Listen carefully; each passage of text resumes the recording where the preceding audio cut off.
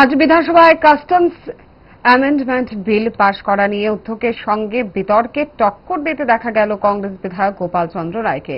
উভয়ের বাকযুদ্ধের খণ্ডচিত্র দেখুন।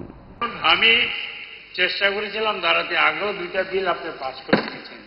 একটা হলো দি society registration amendment Bill and cooperative, একটা হলো sir excise fifth amendment. Sir সবগুলি পাস হোক জনগণের সাথে, কিন্তু আপনি স্যার এই যে আপনি কিন্তু রিডিং করতে ভালো পারেন, থ্যাংক ইউ।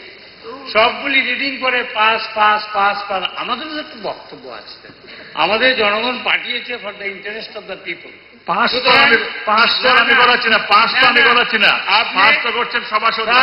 আপনি কিন্তু কোনো সুযোগই দেন না বিরোধীদের কথা বলার। আপনি কি স্যার ইস্ট ইন্ডিয়া কোম্পানি না ঔরঙ্গজেবের আমলের শাসন করছেন আমি জানি না, তবে আমাদের একটু সময় দিতে হবে। এটা ইম্পর্টেন্ট, খুব ইম্পর্টেন্ট। আমার বলার ইচ্ছা ছিল দুইটা বিল পাস করেছেন, তিনটা বিল সিলেক্ট কমিটিতে পাঠিয়ে একটু আলোচনা করা উচিত। আমি মাননীয় লিডার অফ দ্য হাউসকে বলছি, বিল পাস হোক, কোনো আপত্তি নেই, জনগণের জন্য হোক। এখানে এক্সাইজের ব্যাপার আছে। আপনি জানেন স্যার, এই যে ত্রিপুরাতে স্যার আমরা বারবার বলে আসছি যে পেট্রোল, ডিজেল এবং কেরোসিনটা জিএসটির আন্ডারে আসুক। এখানে 100 টাকার উপরে পেট্রোলের দাম, 100 টাকা প্রায় ইন এন্ড অ্যারাউন্ড। 40 টাকা সেন্ট্রাল এবং স্টেট গভর্নমেন্ট, এটা কমিয়ে দিলে এটা 60 টাকা 70 টাকা হবে। জিনিসপত্রের দাম বাড়ছে।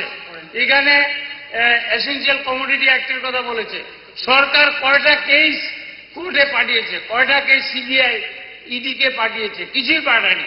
এখানে স্যার একতরফা বললে তো হবে না। সিপিএম এর তারা চলে গেছেন, ওনারা ওয়ার্ক আউট করেছেন। আমার বক্তব্য হল থেকে আমি প্রতিবাদ করব। This is my principal. Diet যতই রেস্ট্রিক্টেড হোক না কেন, ওয়েদারকে তো আর রুটিনে ফেলা যায় না। But if there is a problem, 5 দশক ধরে গ্যাস, অম্বল ও পেটের সমস্যার একমাত্র সমাধান গ্যাস নল।